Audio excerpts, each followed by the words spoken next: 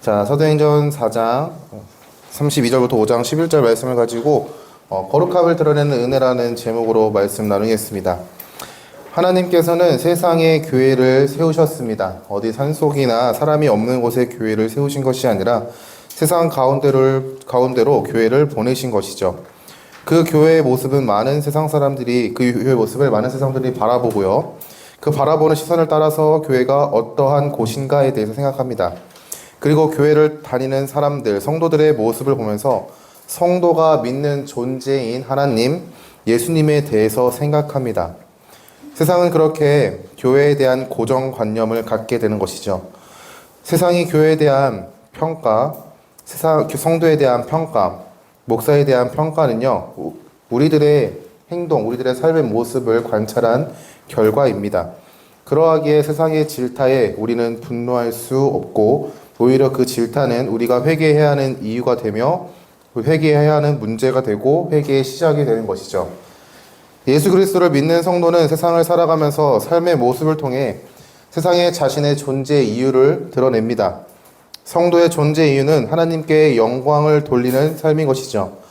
하나님께서 성도에게 허락하신 구원의 기쁨, 은혜를 드러내며 그 삶의 모습으로 드러나는 감사와 찬양, 그 모습을 통하여 하나님께 영광을 돌립니다. 세상과는 다른 삶의 모습은 세상 사람들과는 다른 구별을 가져오는 것이죠. 삶의 방식이나 삶의 이유, 삶의 가치의 다름을 통해서 우리는 세상과는 다르다라는 것들을 드러냅니다.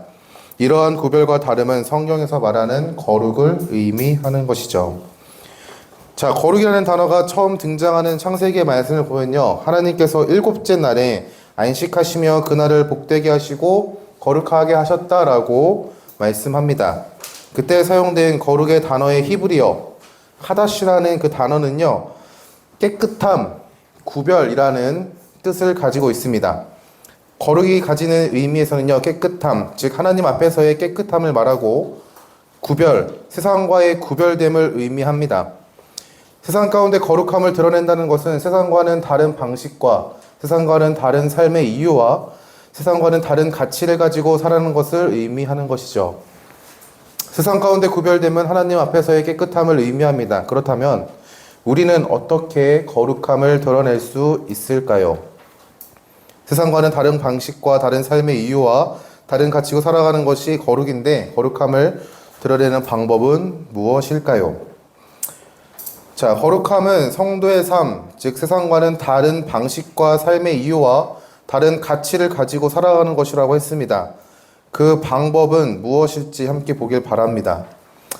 자, 교회 성도의 거룩함에 대해서 오늘 성경의 말씀은 선명하게 드러내고 있어요. 사도행전 4장 32절 말씀에 이렇게 고백합니다. 믿는 무리가 한 마음과 한 뜻이 되어 모든 물건을 서로 통용하고 자기 재물을 조금이라도 자기 것이라 하는 이가 하나도 없더라. 믿는 무리, 예수 그리스도를 주로 고백하는 무리가 한 마음과 한 뜻이 되어 모든 물건을 서로 통용하고 자기 재물을 조금이라도 자기 것이라 하는 이가 없었다라고 성경은 말합니다. 여러분 한번 생각해 보세요. 여러분들이 자신의 것을 나눠주는 것에 있어서 어떠한 마음을 가지고 있는지 한번 생각해 볼 수 있길 바랍니다. 자신의 것을 나누는 것에 있어가지고 여러분들은 어떠한 마음을 갖고 있는지. 한 가지 예를 들어 볼게요. 여러분들 용돈을 받는 친구들이 있죠. 여러분들이 알바를 해가지고 돈을 벌진 않잖아요, 지금. 용돈을 받는 친구들이 있는데, 자, 옆에 있는 친구를 한번 보세요. 옆에 있는 친구가 아침을 이틀 동안 쫄쫄 굶어서 배가 고파요. 그러는 가운데 여러분들은 어떻게 대처하겠습니까? 자, 첫 번째, 여러분들이 너무 고민을 많이 하는 것 같아가지고 선생님이 예시를 준비했어요. 첫 번째, 예배 후에 1층에 있는 편의점에 가서 맛있는 음식을 사준다. 1번. 좀 이따 손들 거예요. 알겠죠? 잘 기억해야 돼요. 1번, 청소년부 예배 후에 1층에 있는 편의점에 가서 맛있는 거 사준다. 자, 2번, 예배 후 2시간 후에 점심을 먹으니 버텨라 라고 말한다. 자, 창피할 수 있으니까 눈 감고 손 들어보자. 자, 2번부터 갈게요. 나는 그 친구를 위로하면서 세상은 그렇게 만만한 삶이 아니야 라고 이야기하면서 버티라고 얘기하겠다. 손. 잔인한 인간들. 네. 나머지는 1번으로 할게요. 네. 자, 아니야. 네. 자, 한 달에 받는 용돈이 제한되어 있어요. 그러는 가운데 여러분은 자신의 것을 다른 사람을 위해서 헌신할 수 있을까 한번 생각해 봤으면 좋겠어요. 여러분들은 헌신할 수 있습니까? 여러분들 용돈을 얼마나 받는지 모르겠지만 어떤 친구는 한 달에 5만 원을 받는데요. 그 한 달에 5만 원을 받는데 마라탕을 5번 먹으면은 그 5만 원을 다 쓴대요. 근데 그 마라탕도 그 안에 소고기나 이런 고기를 못 넣는데요. 그래서 5번밖에 못 먹는다 하더라고요. 네, 그러한 제가 어쨌든 에피소드가 있습니다. 자, 그 5만 원이 있어요. 근데 옆에 있는 친구가 너무나도 배고픈 거예요. 이틀 동안 굶어가지고 정말 애가 혈색도 안 좋고 쓰러지려고 하는 그 상황 가운데 여러분들은 자신의 갖고 있는 그 용돈 5만 원을 선뜻 아무런 이유 없이, 아무런 보상 없이 여러분들께 섬길 수 있냐라는 거예요. 섬길 수 있어요, 여러분? 그래, 감사합니다. 네. 오늘 말씀에는 믿는 무리, 예수 그리스도를 주로 고백하는 사람들은 자신의 것을 헌신하는 것에 있어가지고 자신의 소유를 주장하지 않았습니다라고 성경은 얘기합니다. 이 말은 자신의 것을 드리는 것에 아끼지 않았다는 것을 의미하는 것이죠. 그들은 누군가에 의해 강제적으로 자신의 것을 드리지 않았어요. 사도행전 4장 33절 35절 말씀의 고백입니다. 사도들이 큰 권능으로 주 예수의 부활을 증언하니 무리가 큰 은혜를 받아 그 중에 가난한 사람이 없으니 이는 밭과 집 있는 자는 팔아 그 판 것의 값을 가져다가 사도들의 발 앞에 두매 그들이 각 사람의 필요를 따라 나누어 줌이라. 아멘. 그들은 사도들이 큰 권능으로 주 예수의 부활을 증언함을 듣고요, 은혜를 받았습니다. 그리고 자신의 것을 기쁜 마음으로 드렸다라고 성경은 얘기해요. 세상 사람들은 이런 교회의 모습을 보면서 공산주의다라고 말하지만 전혀 반대예요. 공산주의는 법적으로 자신의 것을 자발적인 마음을 없이 참여하지만 오늘 성경의 말씀은 자신들이 하나님께 받은 그 은혜를 가지고 자발적인 마음으로 기쁨으로 동참했습니다라고 성경은 고백하고 있어요. 자, 그들의 삶의 모습에는요, 구별됨과 거룩함이 드러났습니다. 하나님의 사랑이 공동체 안에 드러났고요, 삶의 이유와 목적이 세상과는 다름이었음을요, 우리가 알 수 있습니다. 세상 사람들은요, 더 높이를 강조해요. 더 많이 가져야 한다, 더 높이 올라가야 한다라고 이야기합니다. 그러면서 자연스럽게 경쟁을 부추기는 것이죠. 누군가를 밟고 일어서야 한다. 옆에 있는 친구, 지금은 친구이지만 너희가 정확한 어떠한 때에 가서는 서로가 경쟁자가 된다라고 얘기합니다. 이러한 현재 세상의 모습은요, 초대교회가 있었던, 그 공동체가 있었던 시대에도 선명하게 드러났던 그러한 삶의 방식이었어요. 다른 사람들보다 높은 위치, 권력, 명예를 가져야 함을 당연하게 생각했습니다. 그러하기에 전쟁을 했고요, 정복을 했던 것이죠. 다른 사람들보다 많은 것을 가져야 한다는 생각에 옳지 못한 방법으로 부를 축적하는 사람들도 있었습니다. 그런데 오늘 말씀에 나타난 공동체의 모습에서는 이런 경쟁이나 정복, 더 많이 더 높이의 가치관을 가진 사람들이 없었어요. 오히려 자신의 것을 헌신함으로 가난한 사람을 도왔고요, 자신의 것을 헌신함으로 하나님께서 허락하신 공동체 안에 나눔의 기쁨, 풍성함의 기쁨을 증거하며 누릴 수 있도록 한 것이죠.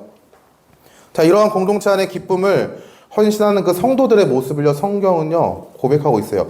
그 중에 기쁨으로 헌신한 한 사람이 등장하는데 그게 누구냐? 바로 바나바입니다. 사도행전 4장 36절 37절 말씀입니다. 구브로에서 난 레위족 사람이 있으니 이름은 요셉이라. 사도들이 일컬어 바나바라 번역하며 위로의 아들이라 하니 그가 밭이 있음에 팔아 그 값을 가지고 사도들의 발 앞에 두니라. 자, 바나바라는 사람입니다. 바나바라는 사람이 있었는데 그 사람은 구브로라는 지역에서 태어난 레위족 속 사람이었어요. 이름은 요셉이었고요, 사도들은 그 사람을 요셉이라 부르지 않고 바나바라고 불렀어요. 바나바는 자신이 소유했던 그 밭을 팔아서 그 밭의 값을 사도들의 발 앞에 두었습니다. 사도들의 발 앞에 두었다는 것은요, 자신의 것으로 여기지 않고 하나님께 바치며 하나님의 공동체의 필요에 헌신하였다는 것을 의미하는 것이죠. 이러한 모습은 많은 이들에게 칭찬을 받은 모습일 거예요. 누군가에게는요, 도전이 되실 수 있고 누군가에게는요, 감동이 되었을 수 있습니다. 근데 반대로 누군가에게는요, 시기의 대상이 되었을 수도 있었을 것 같아요. 이처럼 교회 공동체의 거룩함을 흐리는 사람이 오늘 5장 말씀에 등장합니다. 누군가는 그 모습을 보고요, 도전을 받고 감동을 받았지만 누군가는 그 모습에 자신이 높아지려고 했던 공동체의 거룩함을 흐리는 그러한 사건들이 나오는데 그게 사도행전 5장에 등장합니다. 자, 아나니아와 삽비라의 이야기예요. 아나니아와 삽비라는 부부인데요. 바나바와 같이 자신의 소유를 팔아가지고 교회 공동체에 헌신하고자 했습니다. 그들은 바나바의 모습을 보고요, 도전을 받았는지, 감동을 받았는지, 시기를 받았는지, 어떠한 이유 때문에 그런 것을 도전했는지는 잘 모르겠지만, 바나바의 이야기 다음으로 나오는 것을 보아서 아나니아와 삽비라는요, 바나바라는 사람의 헌신에 영향을 받았을 것입니다. 그런데 그들의 모습은요, 바나바의 마음의 동기와는 다른 것이다 라는 것을 알 수 있어요. 사도행전 5장 1절에서 2절 말씀입니다. 아나니아라 하는 사람이 그의 아내 삽비라와 더불어 소유를 팔아 그 값에서 얼마를 감춤해 그 아내도 알더라. 얼마만 가져다가 사도들의 발 앞에 두니 라고 말합니다. 소유를 팔고 받은 돈의 일부를 감추었어요. 이 사실을 아내인 삽비라도 알았던 것입니다. 얼마가 되었든지 간에 자신의 소유를 판 값의 일부를 감춘 것이죠. 이것은 바나바가 공동체에 헌신한 마음의 동기와는요, 전혀 다른 마음의 동기였습니다. 아나니아와 삽비라는 소유를 판 값의 일부를 사도들의 발 앞에 두었어요. 똑같아요. 바나바도 사도들의 발 앞에 두었고요. 아나니아와 삽비라도 얼마의 값을 사도들의 발 앞에 두었습니다. 이 또한 자신의 것을 하나님께 바친다라는 것들을 의미하고 있어요. 그러나 아나니아와 삽비라의 행동에는요, 베드로가 꾸짖는 이유가 되었습니다. 그 행동은 꾸짖는 이유가 되었어요. 사도행전 5장 3절에서 4절 말씀입니다. 베드로가 이르되 아나니아야 어찌하여 사탄이 네 마음에 가득하여 네가 성령을 속이고 땅값 얼마를 감추었느냐. 땅이 그대로 있을 때에는 네 땅이 아니며 판 후에도 네 마음대로 할 수 없더냐. 어찌하여 이 일을 네 마음에 두었느냐. 사람에게 거짓말한 것이 아니요 하나님께로다. 아멘. 아나니아의 행동은 단순히 자신의 소유를 챙긴 것이 아니라 성령을 속이는 행동이다라고 말합니다. 그리고 하나님께 거짓말을 한 행동이다라고 말하는 것이죠. 이에 아나니아는요, 죽음을 맞이하게 돼요. 당황스럽죠? 아나니아가 죽었어요. 아나니아의 시신을 젊은 사람들이 싸서 메고 나가서 장사했습니다. 자신의 남편이 죽었다는 사실을 알지 못한 채 3시간 후에 그 아내인 삽비라가 교회 안으로 들어왔습니다. 그리고 베드로 앞에 나아갔어요. 베드로는 삽비라에게 물었습니다. 그 땅 판값이 이것뿐이냐? 내게 말하라 라고 말해요. 이 질문에 삽비라의 답변은요, 안타까워요.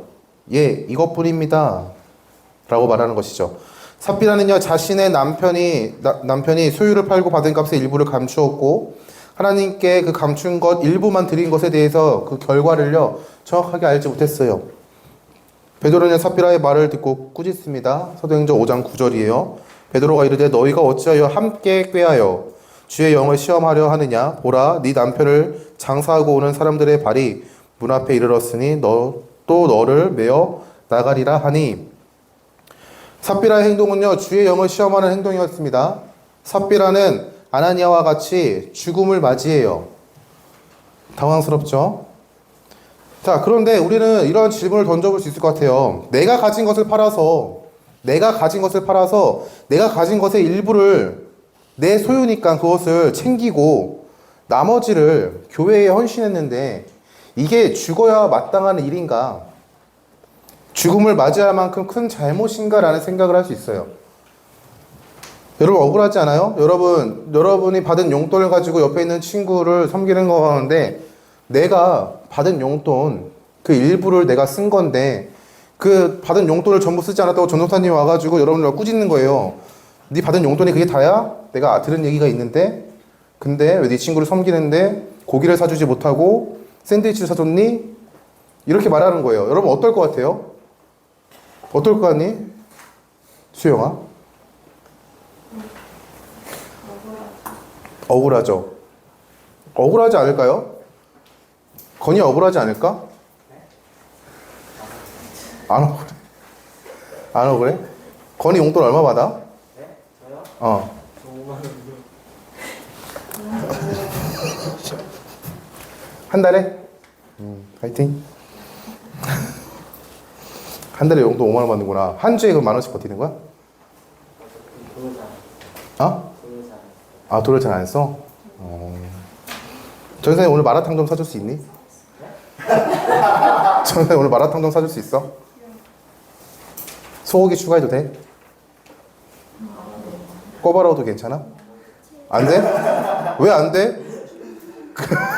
지금 돈이 지금 없어? 자, 어떤 느낌이야? 네 돈 갖고 내가 마라탕을 먹겠다부터 시작해가지고 소고기 추가에 꿔바라워까지 사라고 강요하는 모습 어땠니? 느낌이? 당황스러워. 자, 아나니아와 삽비라의 글을 읽으면요 당황스러워요. 아나니아와 삽비라는요 자신의 소유를 팔았어요. 그리고 그 판 것의 일부를요 자기 돈이니까 챙긴 거예요. 그리고 교회에 헌신했습니다. 근데 베드로는요 네가 어찌하여 일부만 드렸냐? 너는 성령을 속이는 일이다. 너는 주의 영을 속이는 일이야. 거짓말을 하는 행동이야 라고 꾸짖으세요. 그리고 아나니아와 삽비라가 맞이한 결과는요 죽음이었어요. 자, 이렇게 오해를 할 수 있어요. 아, 하나님 너무하시네. 그런데 오늘 말씀, 아나니아와 삽비라의 사건을 통해서 우리가 알 수 있는 게 두 가지가 있는데, 첫 번째는요, 아나니아와 삽비라가 하나님보다 높아지려고 했던 그 죄가 가득했다는 사실이에요. 자, 전도사님이 성도의 삶이 목적, 성도의 삶의 목적이 설교 전에 무엇이다라고 얘기했는데 기억하는 사람? 성도의 삶의 목적, 삶의 이유.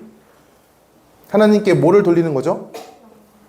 하나님께 고마워. 하나님께 영광을 돌리는 삶이 성도의 삶의 이유입니다. 그가 살아가는 삶의 이유예요. 자, 하나님께 영광을 돌리는 건데 예수 그리스도를 통해 주어진 그 구원의 기쁨과 은혜를 드러내면서 그 삶의 모습을 통해서 하나님께 영광을 돌리는 것이 성도의 삶의 목적입니다. 그런데 아나니아와 삽비라는요 하나님께 영광을 돌리는 것이 아니라 자신들이 높아지려고 했던 것, 자신들이 주목받는 것, 자신들이 칭찬받는 것에 더 마음이 빼앗겼음을 우리는 알 수 있어요. 그러하게 베드로는요 아나니아에게 이렇게 말했어요. 사탄이 네 마음에 가득하다라고 말한 거예요. 하나님의 공동체 교회에서 높임을 받으실 분은요 오직 예수 그리스도 하나님 한 분뿐입니다. 그런데 아나니아와 삽비라는요 내가 이만큼 교회에 헌신했으니까, 내가 이만큼 가난한 사람들을 위해서 헌신했으니까 사람들이 나를 높여주고 칭찬할 거라는 기대감과 그러한 삐뚤어진 죄악된 마음, 그 마음의 중심은요 하나님보다 내가 높아지려고 하는 그러한 모습들이 있었던 것이죠. 두 번째로는요 자신의 욕심을 위해서 공동체를 이용했다라는 거예요. 예수 그리스도의 피값으로 사신 백성들, 성도의 공동체인 교회에서 아나니아와 삽비라는 자신의 욕심을 위해서 공동체를 이용하려 했습니다. 공동체 안에서 바나바의 헌신을 보고요 자신들이 높임을 받고자 하는 그 욕심이 생겼고 그 욕심을 채우기 위해서 공동체를 이용한 것이죠. 이러한 모습을 위해서 아나니아와 삽비라가 맞이한 게 뭐냐? 죽음이라는 결과였어요. 하나님께서는요 그 공동체 안에 드러난 거룩을 유지하시기 위하여 그들을요 죽음 가운데로 몰아내셨습니다. 아나니아와 삽비라의 모습을 보고요 온 교회와 이 일을 듣는 사람들이 다 크게 두려워하였습니다 라고 말합니다. 단순히 교회 안에 있던 성도들뿐 아니라 이 일을 들은 세상 사람들도 크게 두려워하였다라는 것들을 우리가 알 수 있어요. 성도의 삶, 교회 공동체의 모습은요 세상과는 다른 방식과 다른 이유와 다른 모습을 갖습니다. 그 모습은 세상과 구별되는 모습이기에 거룩을 드러냅니다. 그러나 우리는요 스스로 거룩함을 드러낼 수 없는 존재라는 것을요 아나니아와 삽비라의 모습을 통해서 알 수 있어요. 내 안에 하나님보다 더 높아지려는 그런 마음의 중심에 하나님을 끌어내리고 자기 마음대로 하고자 하는 그 죄의 본성으로 인해서 우리는 스스로 거룩함을 드러낼 수 없다는 사실을요 성경은 이야기하고 있습니다. 우리는 아나니아와 삽비라처럼 거룩한 척은 할 수 있어요. 눈물을 머금고 옆에 있는 친구에게 마라탕을 사줄 수 있어요. 눈물을 머금고 옆에 있는 친구에게 내 것을 헌신할 수 있습니다. 내 시간과 감정과 물질과 내 소중한 것들을 헌신할 수 있어요. 그런데 내 마음은요 그것을 싫어한다라고 고백하지만 누군가에게 착한 성도로 보이기 위해서, 누군가에게 착한 사람으로 비춰지기 위해서 내가 배웠던 윤리적인 도덕적인 기준에 이상의 합당한 행동을 해야 사람들이 나를 좋은 사람으로 봐줄 거야 라는 생각으로, 착각으로 그렇게 행동할 수 있어요. 그러나 하나님 앞에서의 거짓말을 한다는 사실을 기억해야 합니다. 전도사님이 최근에 당한 일이 있었습니다. 호갱당한 일. 전도사님과 인스타를 팔로우하고 있는 친구들은 아마 이 사실을 알 텐데, 전사님이 지지난주 주일 2주 전이죠. 9월 3일에 교회에서 다음날 새벽 예배 설교를 위해서 교회에 있었어요. 다들 집에 가고 나서. 근데 교회에서 교회 전화기로 전화가 왔습니다. 안녕하세요. 누구누구인데 제가 배가 고파서 그런데 혹시 죄송하지만 도와주실 수 있을까요? 자, 어떻게 해야 할까? 도와줘야 할까? 모르는 사람이야. 생판 모르는 사람이었어. 밥을 좀 굶었는데 어떻게 해야 좀 도와주세요. 제가 교회로 가면 도와줄 수 있어요? 자, 어떻게 해야 될까요?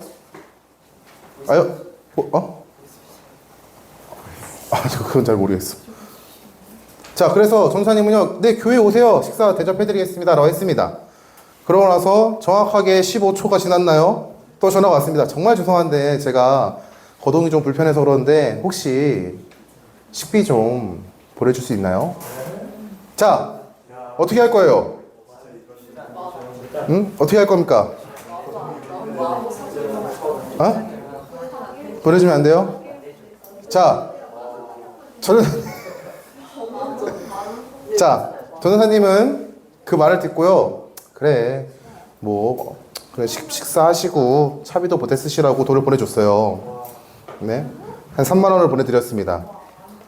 자, 여기서 끝났으면 됐어. 전화가 왔습니다. 제가 내일 일용직 일을 해야 되는데 안전화가 선생님 티죠?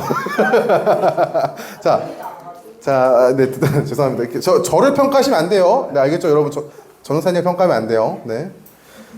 어디까지 얘기했죠?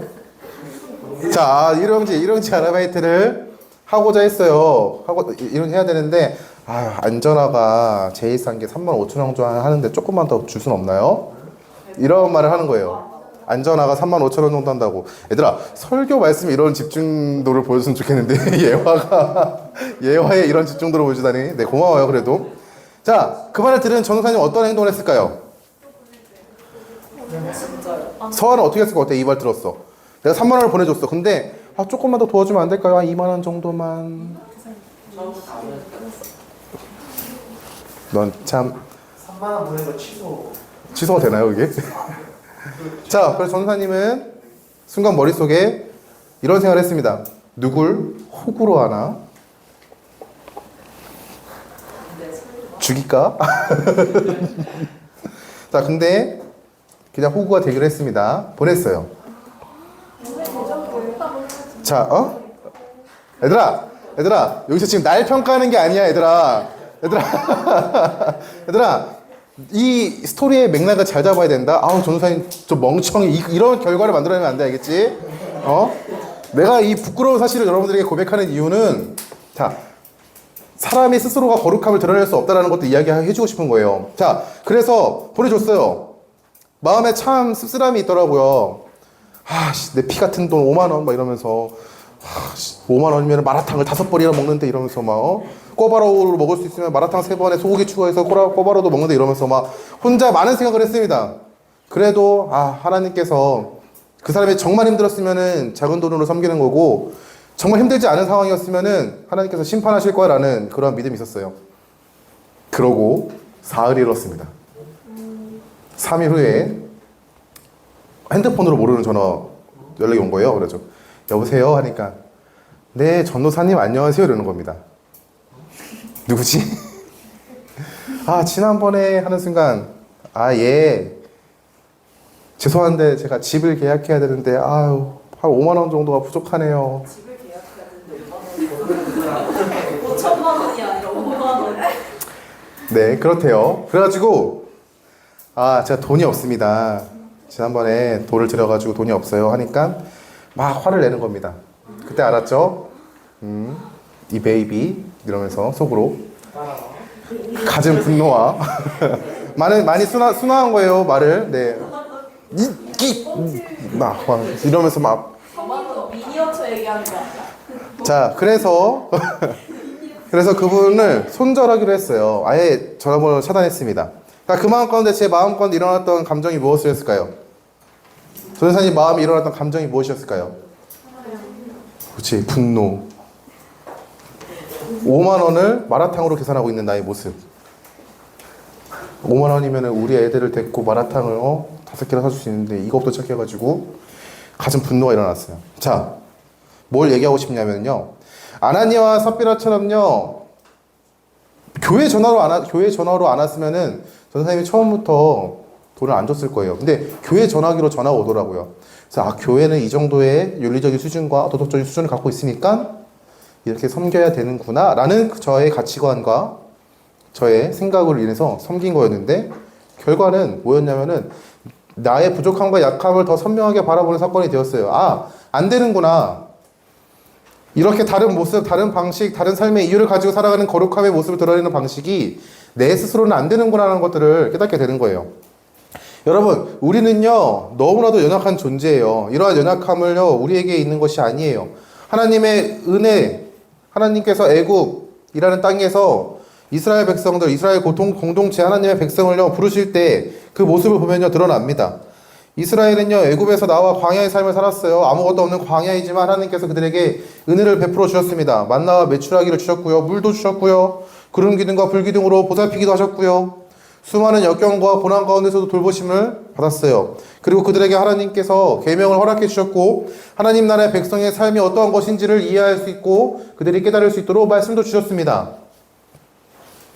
이스라엘의 백성들은요, 하나님의 말씀, 하나님의 공의하심과 사랑을 드러내는 공동체였고 다른 민족의 삶과 다른 방식, 가치관을 가진 그러한 하나님의 말씀으로 구별된 거룩한 공동체였어요. 그런데 여러분, 이스라엘 백성들이 어떻게 된 결과인지 알죠? 이스라엘 백성들은요, 가나안 땅에 들어가서 갖은 우상을 숭배합니다. 우상을요, 다 가지고 와요. 누가 진정한 신인지를 모를 만큼이나 그들은 하나님의 말씀을 가졌고 어떻게 살아야 하는지도 알았고 그 어떠한 분이 최고의 신이고 유일신 사상 가운데 살았던 그 사람마저들도 결론적으로 보면요, 그들 스스로가 거룩함을 드러낼 수 없었습니다. 자, 완전한 거룩을 드러낼 수 없어요. 우리 스스로는요. 생각해보세요. 여러분들이 옆에 있는 친구를 위해서 여러분의 것을 헌신할 수 있다라는 그런 질문 가운데서도 고민하고 갈등할 거예요. 그런데 하나님께서는요, 완전한 거룩을 성취하시겠다라고 말씀해 주셨는데, 우리가 거룩한 존재로 살아갈 수 있도록, 거룩하게 해 주시겠다라고 말씀해 주셨어요. 어디 말씀이냐? 레위기 20장 8절 말씀이에요. 이렇게 말씀합니다. 앞에 말씀 보면은, 야, 이것도 지키고, 이것도 지키고, 이것도 지켜. 한 다음에 이렇게 말씀하시는 거예요. 너희는 내 규례를 지켜 행하라. 나는 너희를 거룩하게 하는 여호와이니라. 라고 말합니다. 하나님께서, 그러니까 내 스스로는 거룩해질 수가 없습니다. 여러분, 아무리 백날 살아보십시오. 여러분이 하나님 앞에서의 거룩하다라는 그러한 인정을 받을 수 있을 것 같아요? 절대 안 돼요. 근데 하나님께서 나는 너희를 거룩하게 하는 여호와입니다. 내가 그러한 존재야 라고 얘기하는 거예요. 레위기 20장 8절 말씀에. 하나님께서 공동체를요, 거룩하게 하세요. 말씀을 가지고 다른 방식과 다른 이유와 다른 가치관을 가지고 살아간다고 할지라도 우리 스스로는 그것을 이룰 수 없어요. 거룩하실 수가 없어요. 그것에 따라 살아갈 능력이 없어요. 근데 하나님께서는 거룩함을 하나님께서 세우신 공동체를 통해서 이루시겠다라고 말씀하셨습니다. 이 말씀은요, 예수님의 핏값으로 세우신 교회 공동체에 말씀하시는 하나님의 말씀이에요. 예수님께서는요, 하나님의 아들입니다. 여러분 알죠? 예수님 하나님의 아들이지만요, 하나님과 동등됨을 취하지 않으시고요, 인간의 몸을 입고 이 땅에 오셨습니다. 연약한 육신을 입고 이 땅에 오셔가지고 우리와 같은 존재가 되셨어요. 아마 예수님도 배고픔 가운데 힘드셨을 겁니다.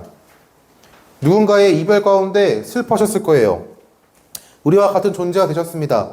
예수님은요, 세상에 인간의 몸으로 오셨지만 세상과는 다른 가치와 다른 이유와 다른 목적을 가지고 다른 방식으로 살아가셨다는 것을 우리가 복음서의 말씀을 통해서 알 수 있습니다. 자, 봐봐요. 우리와 똑같은 인간이 되셔서 이 땅에 오셨는데 예수님은요, 우리 세상 사람들과는 다른 방식, 다른 삶의 이유, 다른 가치관을 가지고 살아내셨습니다 라고 성경은 얘기해요. 자, 먼저 예수님은요, 다른 방식으로 살아가셨어요.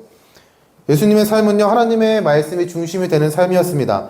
세상은 자신이 옳다고 여기는 방식으로 살아가지만 예수님은요, 하나님의 말씀을 자신의 삶을 이끄는 원리임을 고백하면서 그 말씀 가운데 죽기까지 순종하시면서 살았어요. 그 죽기까지 복종하신 사건이 결말이 뭐냐? 클라이막스가 뭐냐? 십자가의 사건이에요. 하나님의 뜻을 이루기 위한 십자가에서의 죽음을 그 말씀 가운데 순종함으로 이뤄내신 것이죠. 그리고 예수님은요, 세상과는 다른 이유로 서셨어요. 세상 사람들은 스스로 높아지려고만 할 때 예수님은요, 하나님께 영광을 돌렸습니다. 자, 시험을 당할 때나 기적을 행할 때 예수님은요, 야, 이거 내가 한 거야. 야, 이거 내가 할 수 있는 거야. 라고 말씀하신 것이 아니라 하나님께 영광을 돌렸습니다. 하나님 감사합니다. 하나님 찬양합니다. 아버지 사랑합니다. 라고 하나님을 높였어요. 하나님의 영광을 드러냈고요. 하나님을 찬양하였습니다. 라고 성경은요, 고백합니다. 예수님이 만약에 스스로 높아지려고 하셨다면요, 처음 마태복음, 누가복음, 요한복음에 기록되어 있는 마귀의 시험 가운데 바로 사탄에게 엎드려서 그를 경배했을 겁니다. 왜요? 사탄이 나에게 엎드려 절하면, 나를 경배하면 세상의 모든 것을 너에게 주겠다라고 말했기 때문이에요. 자, 마지막으로 예수님은요, 다른 가치를 가지고 살아가셨어요. 그 가치는요, 하나님의 나라를 향한 가치였습니다. 예수님은 세상에서 살아가시면서 하나님의 나라를 선포했습니다. 세상에서 권력과 명예를 갖는 것에 집중하고 그것을 가르치신 것이 아니라 하나님의 나라를 만나는 사람들에게 선포했어요. 하나님 나라는 이런 것이다. 하나님 나라는 기쁨과 하나님 나라는 즐거움이 넘치는 곳이다. 하나님 나라에는 슬픔이 없고 고통이 없는 곳이다. 너희가 회개하고 돌이켜 하나님 나라에 오라 라고 말씀하셨어요. 그리고 제자들을 세우시고 그들에게도 너희가 나가서 전도할 때 전파해야 하는 내용이 뭐냐? 하나님 나라를 선포해라 라고 말씀하신 것이죠. 만약에 예수님께서 세상과 똑같은 가치관을 가지고 복음을 전하라 하셨으면요, 세상에서 어떻게 살아가야 되는지 노하우를 만약에 선포했을 겁니다. 세상에 살아가면서 이렇게 살아야 돼. 옆에 있는 사람을 밟고 일어서야 돼. 옆에 있는 사람을 제끼고 앞으로 나아가야 돼. 더 높이, 더 많이 소유해야 돼. 라고 가르치셨을 거예요. 근데 예수님은요, 그렇게 말씀하시지 않았어요. 하나님 나라를 선포하신 것이죠. 예수님께서 세상의 거룩함을, 예수님은 세상 가운데서 거룩함을 이루셨어요. 그리고 하나님께서는 선택한 백성을 이 거룩함을 이룰 수 있는 존재로, 공동체로 만드시겠다라는 복을 주셨고, 그 복에 대해서 성경은요, 이렇게 고백합니다. 에베소서 1장 3절에서 6절 말씀입니다. 그래서 읽어줄게요. 찬송하리로다. 하나님 곧 우리 주 예수 그리스도의 아버지께서 그리스도 안에서 하늘에 속한 모든 신령한 복을 우리에게 주시되, 곧 창세전에 그리스도 안에서 우리를 택하사 우리로 사랑 안에서 그 앞에 거룩하고 흠이 없게 하시려고 그 기쁘신 뜻대로 우리를 예정하사 예수 그리스도로 말미암아 자기의 아들들이 되게 하셨으니, 이는 그가 사랑하는 자 안에서 우리에게 거저 주시는 바 그의 은혜의 영광을 찬송하게 하려는 것이라. 하나님께서는요, 우리에게 신령한 복을 주셨습니다. 창세 전에 그리스도 안에서 우리를 택하여 세상 가운데로 보내셨어요. 그리고 우리는 예수 그리스도의 사랑 안에서 하나님 앞에 거룩하고 흠이 없게 하시려고 우리를 기쁘신 뜻대로 예정하셨고, 예수 그리스도로 말미암아 자기의 아들들이 되게 하셨으며, 이것은요, 내가 무언가를 행하고 공로를 쌓고 무언가의 조건을 달성해야지 내가 받는 상급이 아니라 하나님께서는 이것을 은혜로 거저 주셨다라고 성경은 얘기합니다. 자, 하나님 앞에서의 거룩, 하나님 앞에서의 깨끗함을 이루게 하는 공동체, 그러한 성도가 되게 하겠다라고 말씀하시는 거예요.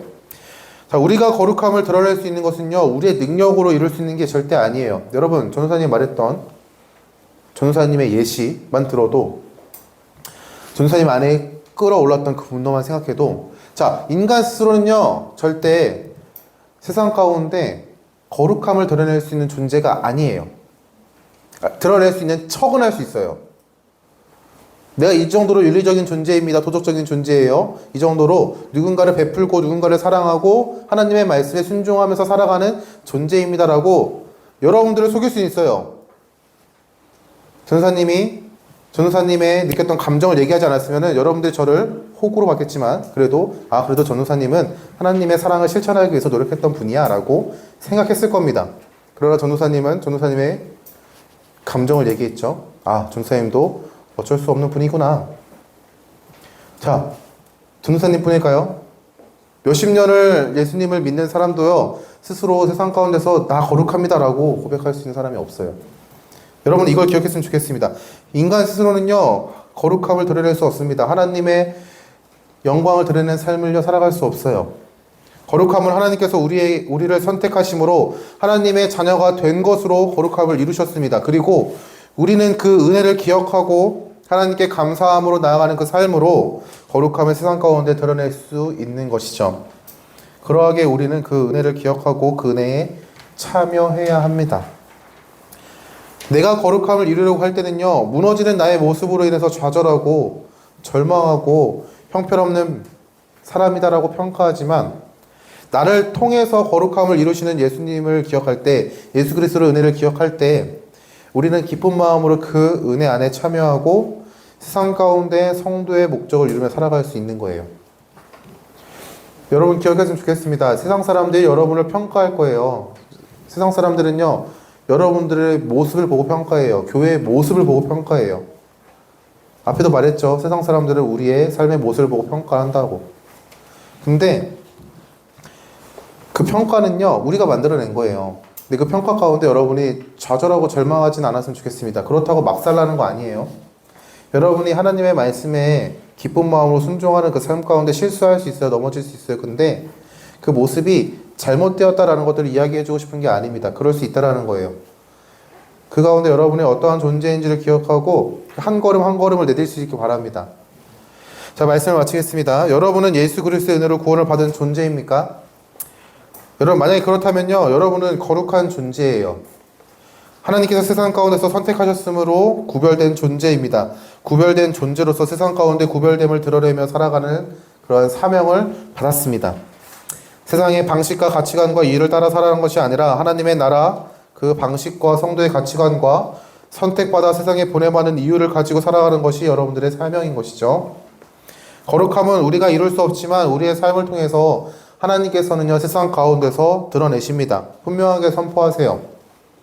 여러분의 삶 가운데 여러분의 정체성이 거룩하게 되었다는 사실을요, 드러내기를 소망합니다.